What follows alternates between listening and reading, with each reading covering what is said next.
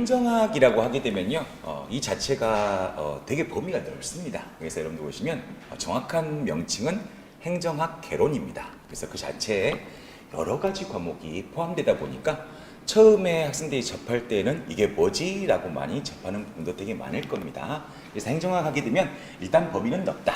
일단 단점부터 먼저 얘기를 한다고 한다면요. 쉽게 얘기하면 범위가 넓다라고 이해하시면 될 것 같습니다. 이게 단점입니다.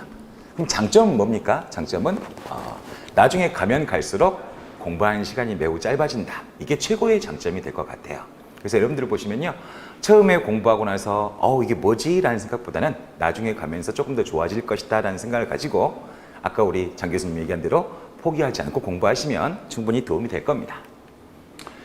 자, 출제 비율을 잠깐 이제 얘기를 해보면요. 가장 큰 부분은 우리가 책이 보통 큰 책으로 이루어져 있다면 2권으로 이루어져 있는데요. 앞부분에서 70% 이상 나오고요.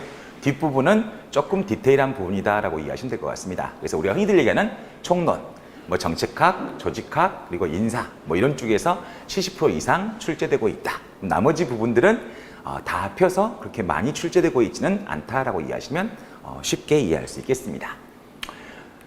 두 번 한 번 더 보시면요. 행정학은 흐름이다라고 얘기했는데요. 행정학 자체에 최근에는 경영학, 정치학, 심지어는 사회학, 심리학까지 많은 분야가 혼합되고 있는 부분이 되겠어요. 그러다 보니까 학생들이 많이 처음에는 용어도 낯설어하고 학생들이 많이 힘들어하는 부분도 있는 것 같습니다. 근데 보시면 두 번째 보면요. 기출문제가 중요하다.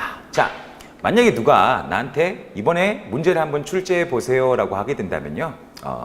아마 새로운 문제를 낼 수는 없을 겁니다. 그 이유는 신경향의 문제를 냈다가 많은 욕을 먹을 수도 있어요. 그러다 보니까 많은 교수님들이 상당히 보수적입니다. 그러다 보니까 느닷없는 문제, 갑자기 신유형의 문제를 도전하기가 생각보다 어려운 과목이 행정학이 되겠어요. 그러다 보니까 항상 85% 이상, 어떨 때는 85%에서 90%까지도 항상 나왔던 문제가 나오는 여러분들에게는 가장 고마운 부분일 수도 있을 것 같습니다.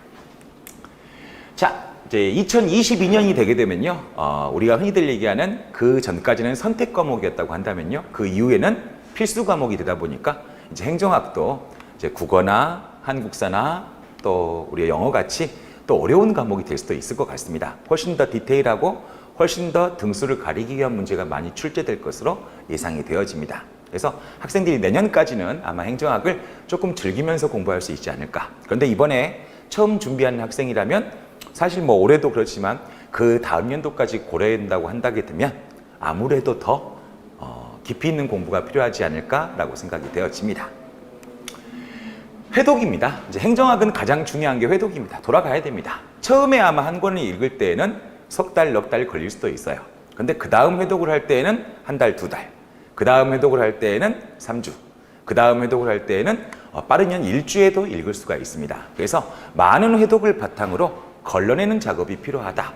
다 외울 수는 있다, 없다? 없다. 다 공부할 수 있다, 없다? 없다라고 이해하시면 될 것 같아요. 그래서 상대적으로 중요한 부분들을 여러분의 노트로 단권화하는 게 가장 중요한 작업이라고 보시면 될 것 같습니다. 처음에 석 달이 걸리더라도 한 번을 쭉 읽어보시고 그 다음에 여러분들이 조금 더 줄이고 이 작업을 반복한다면 재미있는 과목이 될 수도 있는 게 바로 행정학이 되겠습니다. 문제 유형입니다. 우리가 보면요. 절반 정도 가까운 문제, 7, 8문제는요. 누구나 맞출 수 있는 문제입니다. 자리에만 앉아있다 하더라도 맞출 수 있는 문제가 되겠습니다. 이제 7, 8문제가 이제 조금 우리가 흔히들 얘기하는 합격선이라고 얘기하죠. 80%, 85% 이상을 맞을 수 있는 부분은 조금 공부를 해야 되는 부분.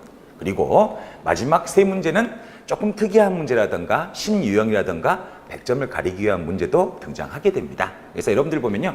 실제적으로는 이 중급 문제 이상까지는 무조건 맞추고 이 신유형이나 법령이나 좀 약간 난이도가 있는 문제에도 도전을 한다라고 생각하시면 쉽게 정리가 될 것 같습니다. 이점입니다. 행정학의 가장 큰 단점이 뭐라고 그랬습니까? 너무 범위가 넓다는 겁니다. 근데 이건 처음에 드는 생각이에요. 나중에 가게 되면 생각이 바뀌게 됩니다. 그런데 가장 큰 장점이 있다고 한다면 100분에 100문제를 풀어야 됩니다. 근데 다른 과목에서 시간이 되게 오래 걸릴 거예요. 아마 먼저 풀어보신 분들은.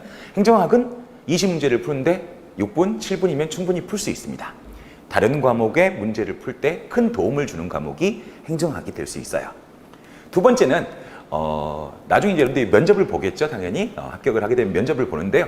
면접 문제에 가장 도움이 되는 것도 이제 실제 생활과 관련되어 있는 행정학과 연관이 있다 생각하시면 될 것 같습니다. 그 다음에 몇 번 얘기했지만 처음엔 좀 어렵지만 나중에는 시간이 가면 갈수록 공부하는 시간이 가장 적은 과목이 행정학이 될 수 있다. 그러니까 우리가 흔히들 얘기하는 공부하면서 가장 여러분에게 효자 과목이 될 수 있는 과목이 행정학이다라고 생각하시면 될 것 같습니다. 자, OX 문제입니다. 저는 맨날 얘기하는데요. 상대적인 겁니다. 모든 개념이 절대적으로 이렇다가 아닙니다. 어떨 때는 이럴 수도 있고 저럴 때는 저럴 수도 있어요. 약간 행정학은 상대적인 개념이기 때문에 항상 이것과 비교하는 문제가 많이 나옵니다. 그러다 보니까 항상 여러분들 마음대로 여러분들도 나름대로 OX 문제를 많이 만들어서 이럴 때는 O, 이럴 때는 X 이 부분을 지속적으로 체크해 주시는 게 여러분들이 감각을 잃지 않는 가장 좋은 방법입니다. 사실 예전에는 여러분들에게 꼭 얘기할 때 우리 지안에듀 학원에서 학생들끼리 OX 문제를 좀 만들어 가지고 같이 돌려서 한번 풀어봐라 이런 얘기를 많이 하곤 했어요. 그래서 여러분들이 뭐 꼭 그렇지 않다 하더라도 자기 스스로 혼자 만들고 나중에 문제를 풀어보는 것도 하나의 방법이 될 것 같습니다. 자, 여기서 OX 문제의 예시가 있는데요. 몇 번 얘기하지만 절대적인 개념은 없다. 이거에 비해서 이거는 상대적이다라는 개념으로 OX 문제를 먼저 만들어 놓고요. 나중에 자기 혼자라도 연습장에다가 다시 그 부분을 나중에 풀어본다면 충분히 도움이 될 것으로 예상이 되어집니다. 자, 결국은 여러분들이 원하는 건 뭡니까? 행정학 100점이 아닙니다. 여러분들이 원하는 건 합격이에요. 그래서 여러분들이 꼭 합격할 수 있는 길을 이 지안에듀에서 같이 만들어 드릴 겁니다. 여러분들 감사합니다.